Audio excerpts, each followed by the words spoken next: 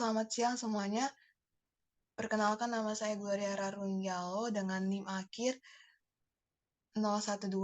Pada hari ini saya akan menjelaskan materi tentang 2G still 5G network architecture.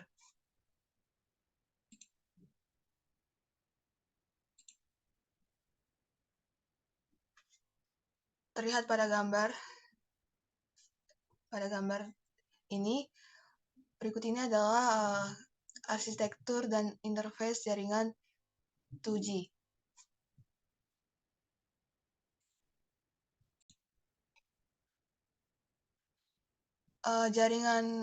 Arsitektur jaringan 2G ini terdiri dari berbagai komponen, dan saya akan menjelaskan masing-masing fungsi dari komponen tersebut. Dimulai dari sisi kiri saya, itu ada komponen UMR interface atau antarmuka udara. Dia ini antarmuka nirkabel yang digunakan untuk komunikasi antara stasiun dasar atau base station dengan ponsel atau mobile station. Nah, pada antarmuka udara ini digunakan teknik multiplexing waktu atau frekuensi yang dikenal time division multiplied access atau TDMA. Nah, dia fungsinya ini untuk membagi waktu dan frekuensi menjadi slot-slot yang digunakan oleh berbagai pengguna. Selanjutnya ada BTS atau Base Transceiver Station. Dia ini komponen yang bertanggung jawab untuk mengelola komunikasi nirkabel dengan ponsel. BTS ini juga akan mengatur pengiriman sinyal suara dan data antara ponsel dan MSC. Selanjutnya itu ada A-BIS atau A-Interface Base Station System. Dia ini merupakan antarmuka yang menghubungkan BTS dengan BSC. Nah, antarmuka ini memfasilitasi pertukaran informasi terkait pengelolaan komunikasi nirkabel antara BTS dengan BSC. Selanjutnya itu ada BSC atau Base Station Controller. Tugas utama dari BSC ini itu meliputi pengendalian jaringan dan pengaturan parameter jaringan. Selain itu dia juga bertanggung jawab untuk mengontrol perpindahan ponsel antara BTS saat melakukan panggilan. Selanjutnya ada E-interface.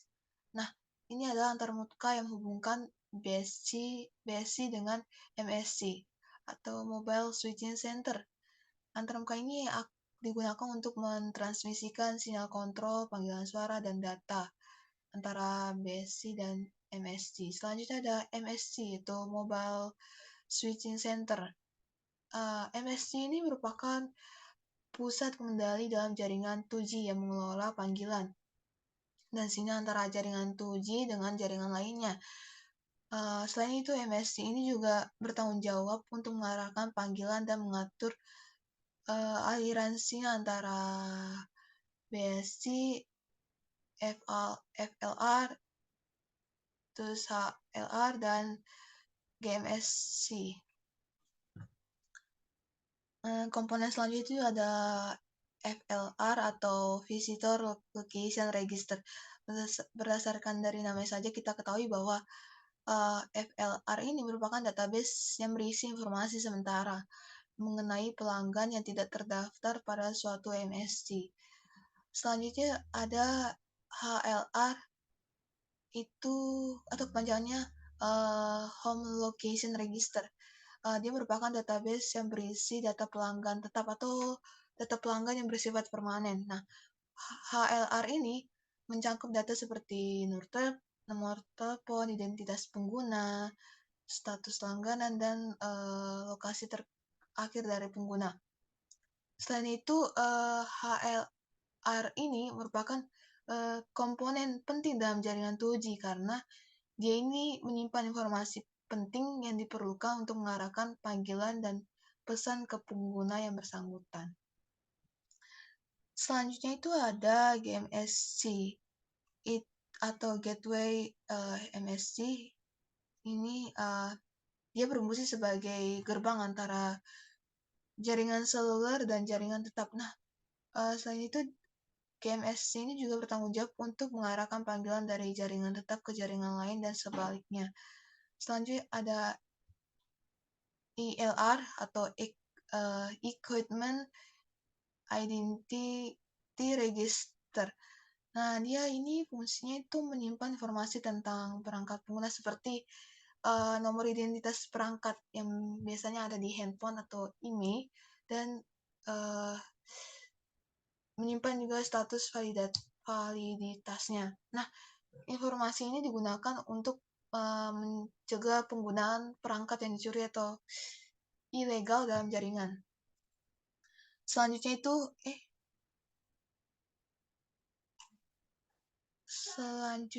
itu ada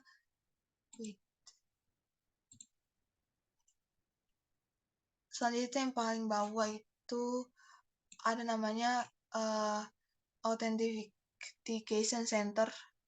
Ini entitas yang menyimpan informasi keamanan yang diperlukan untuk mengotentikasi pengguna saat mereka terhubung ke jaringan 2G. Nah, Authentication Center ini dia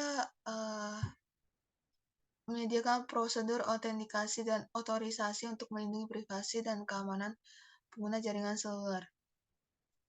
Pada jaringan 2G ini terjadi prinsip handover. Prinsip handover itu suatu mekanisme yang memungkinkan user ini pindah pelayanan dari suatu sektor ke sektor lain, baik dalam satu BTS maupun antar BTS tanpa adanya pemutusan hubungan, atau bisa dibilang dapat melakukan komunikasi meskipun terjadi perpindahan jaringan. Nah, pada jaringan 2G ini atau GSM ini di handling oleh siapa namanya tadi, BSC atau base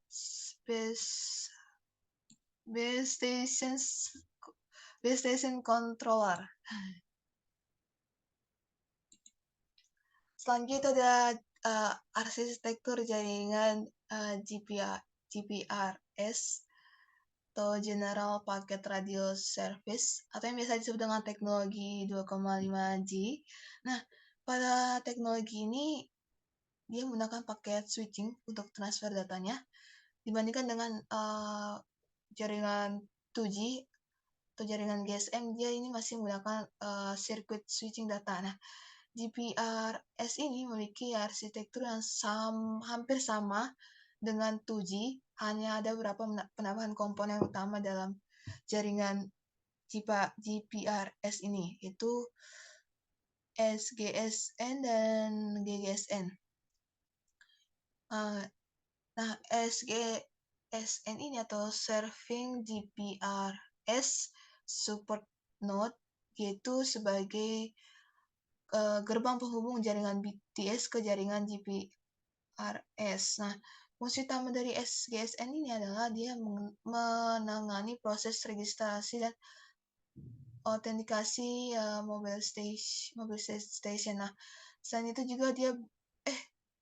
dia juga bertanggung jawab terhadap pengiriman paket data dari dan ke mobile station dalam area service geografi yang sama. Terus terlihat pada gambar bahwa SGSN ini juga berinteraksi dengan EIR, terus juga berinteraksi dengan FLR dan HLR. Nah, yang mana saat berinteraksi dengan EIR dihubungkan oleh interface GR, dan ketika berinteraksi dengan FLR dia dihubungkan oleh interface GS, dan saat berinteraksi dengan HLR dia dihubungkan oleh interface GR. Selanjutnya ada komponen GGSN atau Gateway GPRS Support Node. Dia ini berfungsi sebagai gerbang antara jaringan GPRS dan jaringan data eksternal atau seperti internet. Nah, GGSN ini disambungkan ke PDN lewat antarmuka GE. Sebenarnya fungsi GGSN ini mirip dengan router dalam jaringan data. Nah, ketika GGSN ini menerima data yang dialamatkan ke spesifik user, GGS ini mengecek apakah user aktif atau tidak. Jika user aktif, GGSN ini akan meneruskan data ke SGSN yang menghandle mobile user. Nah, jika tidak aktif, data akan dihapus. Selain itu, GGS ini mengkonversi format paket data yang datang dari SGSN menjadi format paket data protokol atau PDP yang sesuai, misalnya IP, dan kemudian mengirimkannya ke jaringan paket data tujuan. Nah, dengan demikian si GGSN ini adalah kunci utama yang mengaktifkan mobility dari user terminal dalam GPRS atau UMTS network.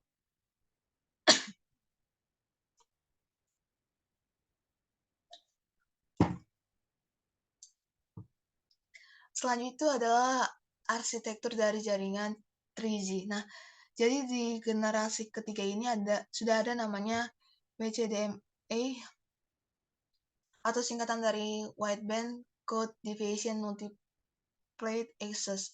Nah, ini sebuah teknologi koneksi data yang merupakan penyempurnaan untuk jaringan GSM yang sudah ada sebelumnya.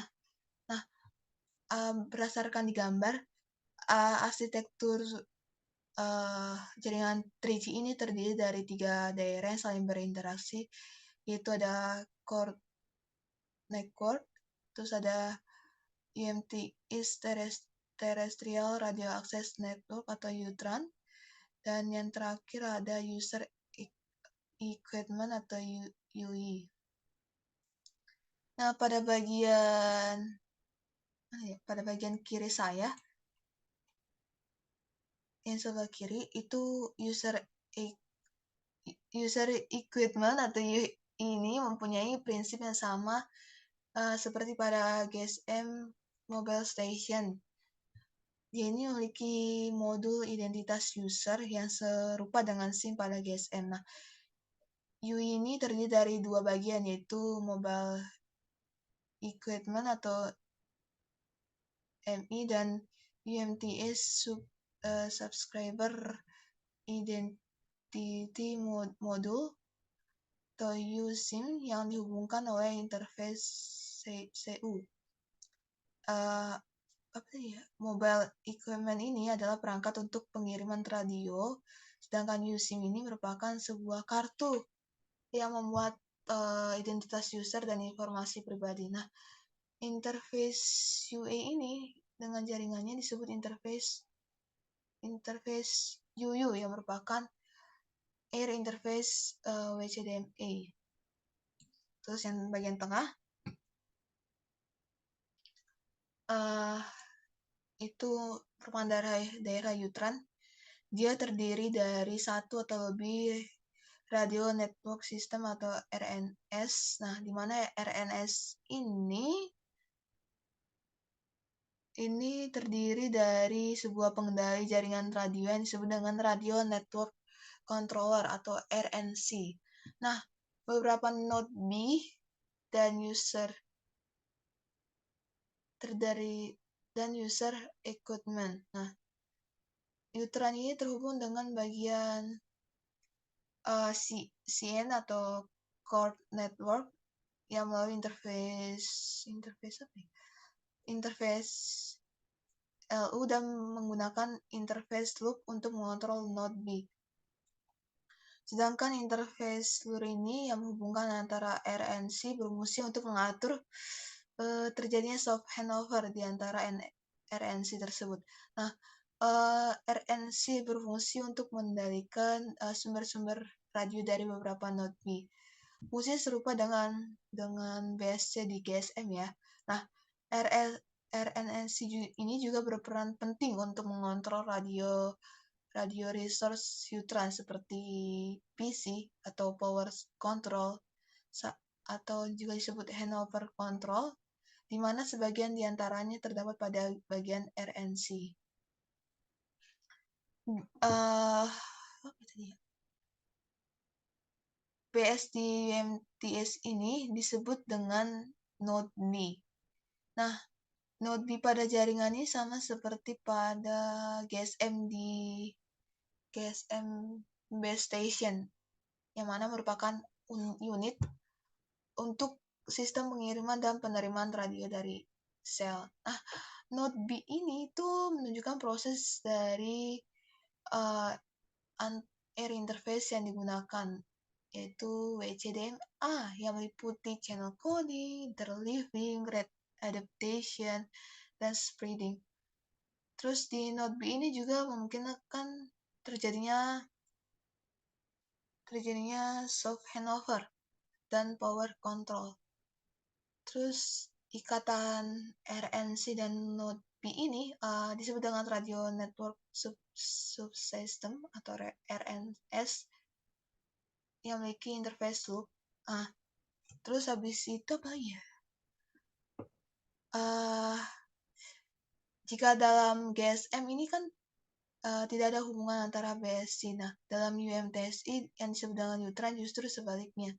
Jadi RNC1 dihubung dengan RNC lainnya melalui interface lure. Dan kemudian neutron dihubungkan ke jaringan inti melalui interface EU. Selanjutnya itu ada bagian apa? Core network itu dibagi dalam daerah circuit switch dan packet switch. Beberapa elemen dari circuit switch ini adalah MSC yang merupakan interface yang menangani mobile station untuk menangani circuit switch data. Terus ada gateway MSC yang merupakan gerbang penghubung antara UMTS dan jaringan luar circuit switch seperti PSTN, Visitor Location Register, dan Gateway MSC. Terus elemen packet switch ini adalah serving GPRS yang merupakan interface yang berfungsi sama dengan MSC, tetapi digunakan untuk layanan paket switch dan gateway GPRS support node atau GGSN yang merupakan gerbang yang menghubungkan UMTS menuju jaringan paket switch. Terus beberapa elemen jaringan lain seperti HLR dan Authentication Center ini digunakan bersama oleh kedua daerah tersebut. Apa ya?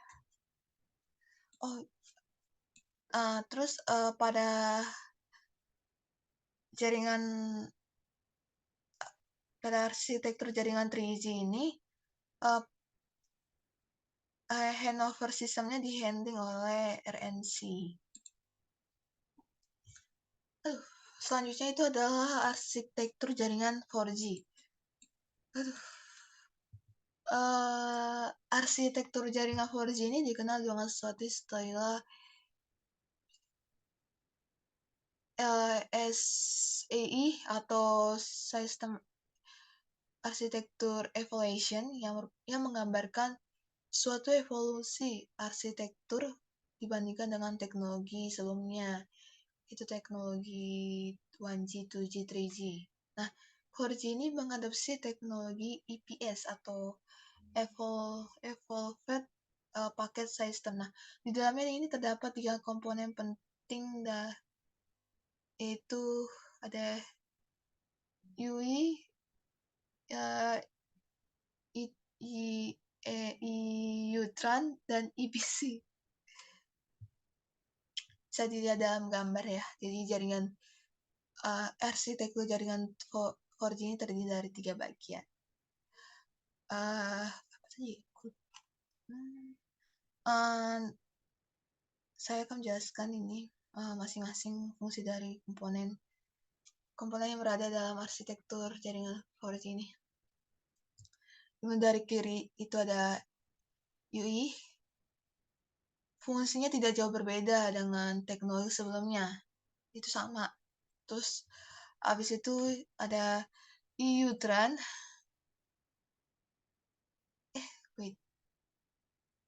EUTRAN ini sistem arsitektur 4G yang memiliki fungsi menangani sisi radio akses dari UI ke jaringan core. Nah, berbeda dari teknologi sebelumnya, yang mana memisahkan node B dan RNC menjadi elemen tersendiri. Nah, pada sistem EUTRAN ini di jaringan 4G hanya terdapat satu komponen, yaitu eNode B yang telah menggabungkan fungsi keduanya.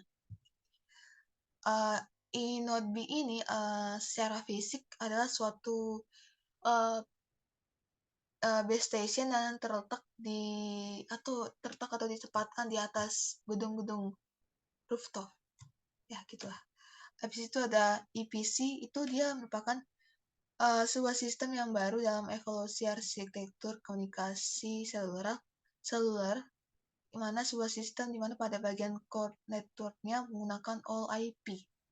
Nah, EPC ini dia menyediakan fungsionalitas core mobile yang pada generasi sebelumnya 2G, 3G ini memiliki dua bagian yang terpisah, yaitu antara circuit switch untuk voice dan packet switch untuk data. Nah, sedangkan EPC ini sangat penting untuk layanan pengiriman IP secara end-to-end pada jaringan ini. Terus EPC ini terdiri dari MMI, HSS, SGW, PDNGW, dan PCRF.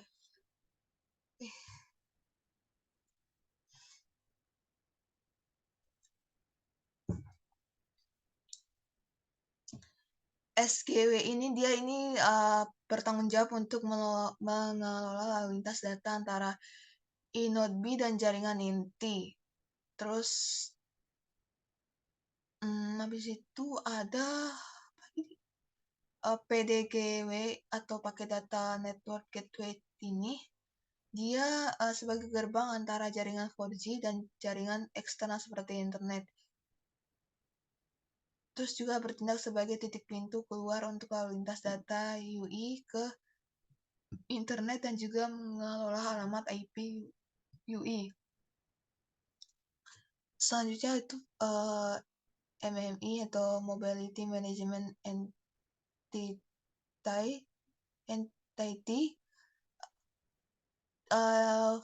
Fungsinya itu untuk manajemen mobilitas UI. Terus dia juga berfungsi sebagai autentikasi, otorisasi pengguna, memantau status UI dalam jaringan. Terus itu ada HSS atau Home Subscriber Service. Ini berfungsi untuk menyimpan data pengguna termasuk profil pengguna, informasi keanggotaan, dan kunci autentikasi. Selanjutnya itu ada PCRF atau Police and Charging Rules Function, berfungsi sebagai mengelola kebijakan dalam aturan pengisian yang berlaku untuk penggunaan jaringan. Ini mengatur aspek seperti kualitas layanan dan penggunaan data. Pada arsitektur jaringan 4G ini, prinsip handover pada 4G ini yaitu eNode B, yang mana mengirimkan perintah handover ke UI, dan setelah UI menerima perintah handover, UI ini akan memutuskan koneksi antara eNode B sumber dengan UI itu sendiri dan diserahkan ke sel target melalui interface S1 atau X2. Nah, pada jaringan 4G ini, sistem handover yang terjadi adalah hard handover, yang mana baik handover pada jaringan yang punya frekuensi yang sama maupun handover pada jaringan frekuensi yang berbeda. Nah, sangat berbeda dengan sistem pada jaringan sebelumnya yang telah saya jelaskan, yaitu yang mana mereka menggunakan sistem soft handover pada frekuensi yang sama. Terus pada jaringan 4G ini handover sistemnya ini dikontrol oleh eNodeB itu sendiri. Nah, itu perlu karena eNodeB ini itu sendiri perlu mengetahui dan memantau kualitas sinyal UI yang masuk pada suatu lingkup jaringan 4G. Berbeda dengan jaringan sebelumnya, jaringan GSM sama GPRS sama WCDMA, bahwa handover sistemnya dihandling oleh BSC atau RNC. Wah, gila. Habis itu ada arsitektur jaringan 5G. Terlihat pada gambar bahwa semua interface 5G ini direalisasikan dengan service-based interface, kecuali N1, N2, N3. Oke.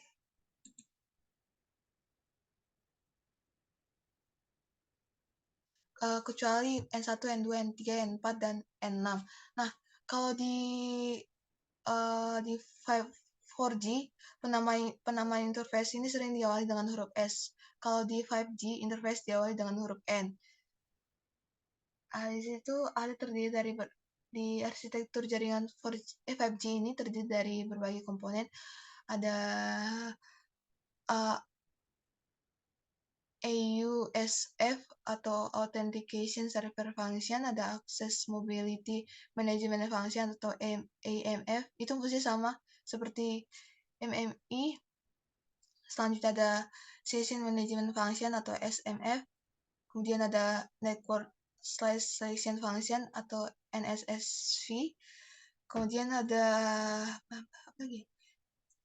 NF Repository Function atau NRV. NRF. Habis itu ada Policy Control Function atau PSV. Fungsinya itu sama seperti PCRF. Habis itu ada Unified Data Management atau UDM. Fungsinya sama seperti HSS. Terus habis itu ada Application Function atau AF. Kemudian ada User Plane Function, UPF. Terus ada Data Network, DN. Itu misalnya operator service. Terus ada operator service atau ISP. Kemudian selanjutnya ada bagian User Equipment atau UI. Kemudian ada Radio Access Network atau RAN. Nah, terlihat dari gambar beberapa diantaranya terlihat sangat mirip dengan fungsinya sesuai di core network generasi sebelumnya, yaitu 2G, 3G maupun 4G. Namun dalam arsitektur jaringan 5G ini ada beberapa komponen tambahan dibandingkan dengan jaringan 4G. Nah, komponen-komponen yang telah disebutkan tadi seperti AMF, UPF, dan SMF, yang mana mereka bertiga ini memberikan kemampuan yang lebih baik dalam hal manajemen mobilitas, transfer data, dan manajemen sesi. Baik,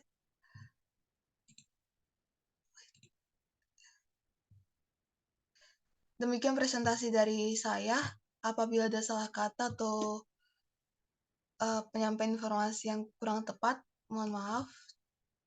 Terima kasih.